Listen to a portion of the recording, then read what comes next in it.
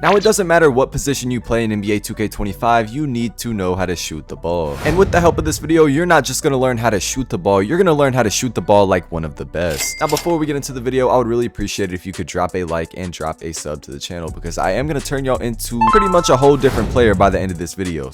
And while you're at it, you might as well go ahead and send this video to a friend who's 50. But yeah, without further ado, let's go ahead and get straight into the first tip, which is very, very important when it comes to shooting well in NBA 2K25. Now, the first thing that plays a big role in your shooting in NBA 2K25 is going to be choosing the right shot timing profile. Now, the right one being high risk reward. Now, some people like to go normal risk, some people like to go low risk, and that is because with these two settings, you are going to gain the ability to make whites. Now, gaining the ability to make whites does sound like a good thing, right? But think about it like this. You're basically putting your shooting completely in 2K's hands. You also get a lower green window with low risk and normal risk. So even if you time the shot right, sometimes it may not go in. That is why you want to go with high risk. High risk is going to give you the biggest green window possible. Now, moving on to tip number 2, and every player needs to do this if you want to shoot the ball well in NBA 2K25, that being looking at your cue or looking at your hands when you shoot. Now, at what point you want to look at your hands depends on what visual cue you have on. So for me, I use release. So you really have to learn the cue for yourself, but for this jump shot right here, what I look for is for my wrist to flick. When I see my wrist flick on my character, that is when I release my shot. And once you start doing that, you are going to notice that you shoot a lot more consistently. But if you use like literally any other base in the game, you can probably look at your cue with push. Now, tip number 3, and this is also very, very important, and you want to prioritize this, that being getting your hot zones. Now, as you can see, there are 4 different hot zones you can have. You can have a lethal zone,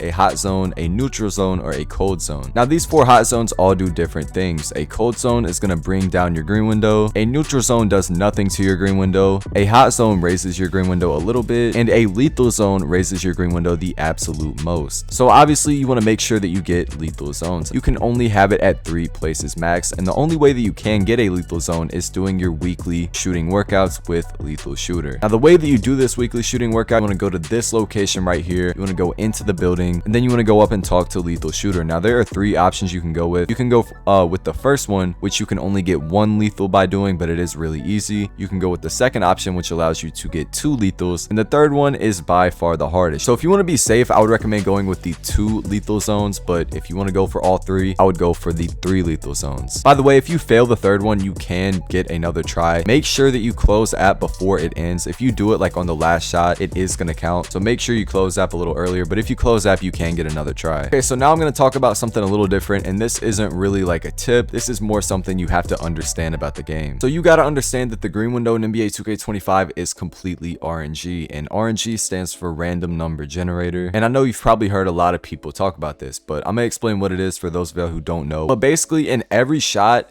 it is completely random how big your green window is going to be. Now, obviously, if you're shooting wide open, you're always going to have a wider green window than when you're shooting contested. Like, it's always going to be bigger, but the size of the green window is always completely random. Especially whenever you make a few shots in a row, 2K makes the next shot even harder to green. And when you get around like the 4th or 5th shot in a row mark, 2K usually makes you miss that shot. It should not be like that. That is one of the biggest issues in the game. Even if you know your jump shot, 2K can make you miss the shot and give you like an untimable green window. Now, after around your 3rd shot, I would recommend trying to reset your green window. And the way that you reset your green window is by taking a different type of shot. More specifically, a midi fade, dunk, or a layup, or if you just miss your shot on purpose, if your big has to rebound. Either of those methods will work to reset your green window. So yeah, that right there is something you have to understand about the game. If you are missing shots after you make a few in a row, it is not your fault. That is just how the game is. Now, moving on to tip number 5, it is going to be to buy jump shot boost and Gatorade. I mean, you don't need to buy Gatorade, but you absolutely need to buy the jump shot ones. Now, the reason that you want to buy the jump shot ones is because whenever you buy these, it is going to give you a boost in your green window. And then moving on to Gatorade. Now, Gatorade, you don't really need this. It is a little bit more pricey, 3,500 VC. But what this does, it basically gives you more stamina. If you have more stamina, you're going to be able to shoot better. Again, it is a little expensive, but it is definitely worth the investment. Now, tip number 6 is going to be to turn off your shot meter. Now, you do that by going to the animations tab, scrolling all the the way over to customize HUD, going to shot meter shots, and then doing visibility for shots to off. Now the reason you want to do that is because turning off your shot meter is going to give you a boost in your green window, and honestly playing with your meter on, even if there wasn't a boost, right, it's really like no upside to having the meter on at all. And lastly, I want to talk about some ways to get rid of delay on NBA 2K25. Now y'all have probably noticed the game is a little bit delayed, and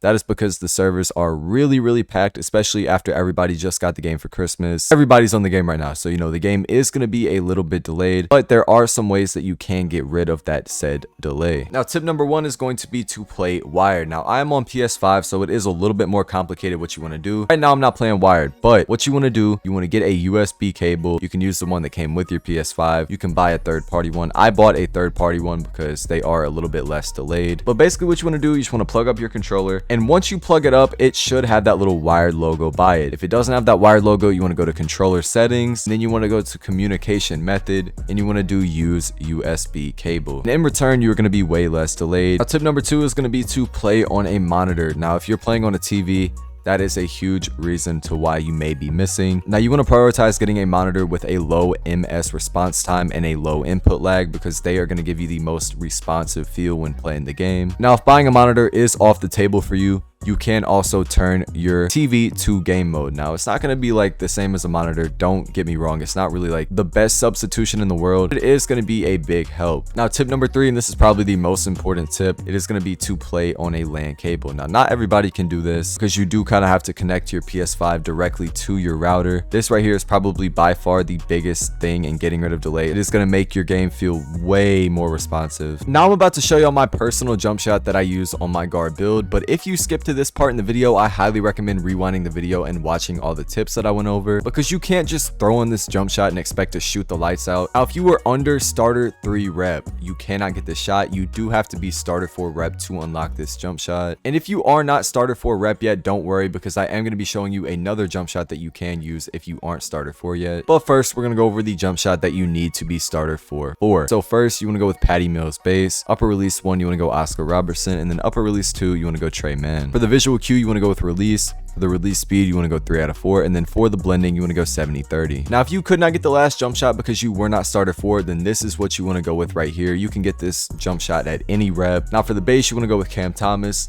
Upper release 1, Oscar Robertson. Upper release 2, Trey Mann. Then you want to go visual cue push. Release speed max at 4 out of 4. And then for the blending, you want to go 70-30. Now, if you want the best jump shot for every single height and rating, I recommend clicking the top right. So if your build cannot get the jump shots that I just showed, click the top right. But that pretty much wraps it up for the video. Go ahead and send this video to a friend who's 50 so he can shoot good like you as well. But yeah, that's pretty much it, and I'm gonna catch y'all in the next video.